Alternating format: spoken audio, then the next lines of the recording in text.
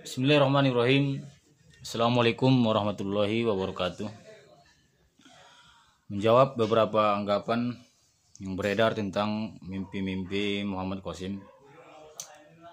Ada beberapa orang yang menganggap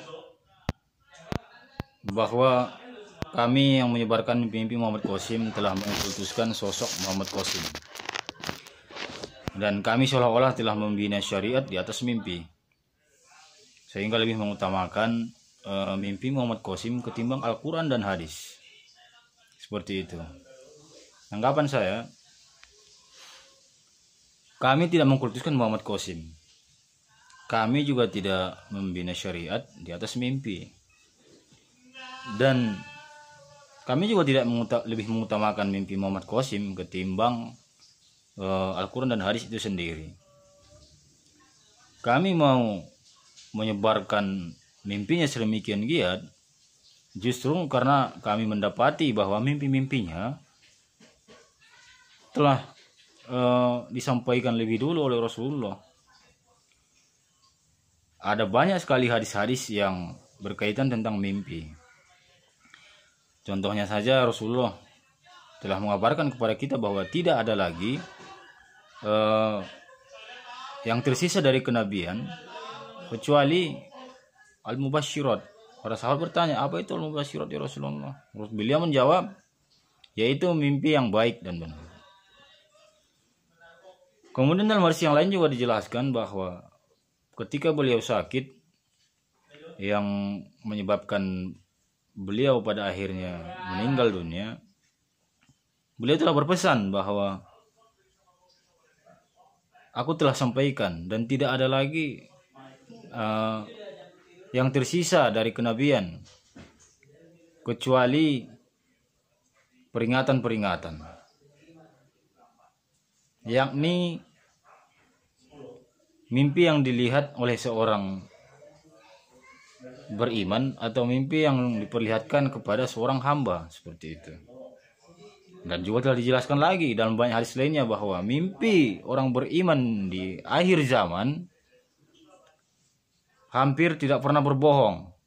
Itu karena masa kenabian sudah sangat jauh dari kita, para ahli akhir zaman ini.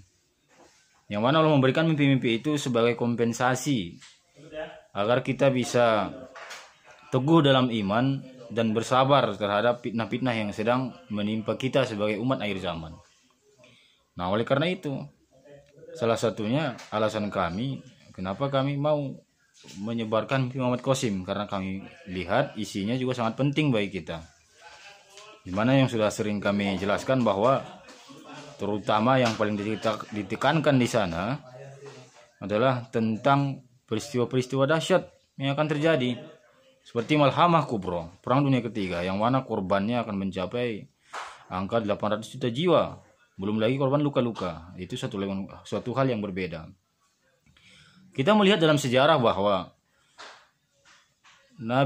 pada zaman Nabi Yusuf alaihissalam, mereka bisa selamat dari masa paceklik kelaparan kala itu adalah karena Fir'aun Mesir mau mendengarkan takwil dari mimpinya sendiri. Akhirnya mereka bisa bersiap-siap, mereka mau mengadakan langkah-langkah antisipasi. Nah, jika kita mau berkaca dari sejarah itu, maka kita akan sadar bahwa tujuan dari mimpi-mimpi Muhammad Qasim salah satunya adalah untuk melakukan hal yang sama, agar kita juga bisa selamat dari hal-hal yang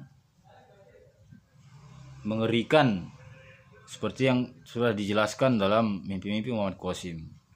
Termasuk sebenarnya tentang wabah corona, tentang keruntuhan ekonomi, tentang musbatul Hind, Malhamah Kubro, semua itu. Termasuk Dajjal, Nabi Isa dan Ya'juj Ma'juj telah ia lihat. Kemunculannya sudah sangat dekat. Nah, untuk itu kami sangat giat menyebarkan mimpi ini. Tujuannya tidak ada lain, tidak bukan, agar kita semua tahu dan bisa berbenah diri.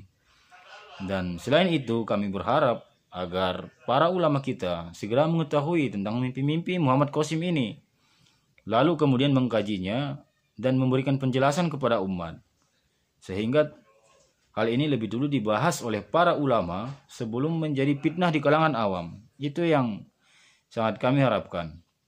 Jadi kami tidak sedang cari popularitas di sini, juga tidak ingin viral, tidak ingin cari nama atau lain sebagainya. Kami juga tidak digaji, kami juga tidak mengambil keuntungan duniawi apapun dari sini. Kami hanya peduli terhadap apa yang telah dikabarkan kepada kita melalui mimpi-mimpi Muhammad Qasim. Tolong jangan anggap remeh walaupun itu hanya mimpi. Karena dalam Islam peran mimpi sangat penting. Kita tahu kisah Nabi Ibrahim menyembelih putranya Ismail. Perintah itu dari mana datangnya? Dari mimpi. Nabi Yusuf mimpi. Rasulullah juga kadang menerima wahyu melalui mimpi. Setiap selesai sholat subuh, hampir setiap selesai sholat subuh, Rasulullah menanyakan kepada para sahabat, adakah yang bermimpi? Dan azan petunjuknya diperoleh melalui mimpi. Kemudian makam Rasulullah dulu hendak dicuri jasadnya, diberitahu kepada Nuruddin Zangki melalui mimpi, sehingga Rasulullah, jasad beliau yang mulia, tidak jadi dicuri. Dan masih banyak lagi lainnya. Jadi kami tidak mengkultuskan Muhammad Qasim, dan kami juga mau membantunya hanya karena semua himbauan dan ajakan dalam mimpinya mengajak kepada Al-Quran dan hadis serta persiapan tentang apa yang akan terjadi. Kalau seandainya misalnya nanti Muhammad Qasim tiba-tiba memberikan himbauan yang aneh-aneh, seperti misalnya sholat sudah tidak diwajibkan, puasa sudah tidak diwajibkan, dan semisalnya, maka kami tentu akan meninggalkan Muhammad Qasim. Bahkan saya pribadi justru akan menentang Muhammad Qasim.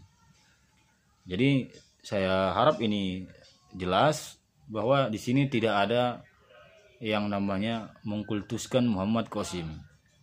Kita hanya peduli terhadap isi mimpinya dan berharap agar para ulama kita segera tahu sehingga bisa berbenah diri dan melakukan langkah-langkah antisipasi, kemudian menyadarkan umat tentang hal ini. Demikian, wassalamualaikum warahmatullahi wabarakatuh.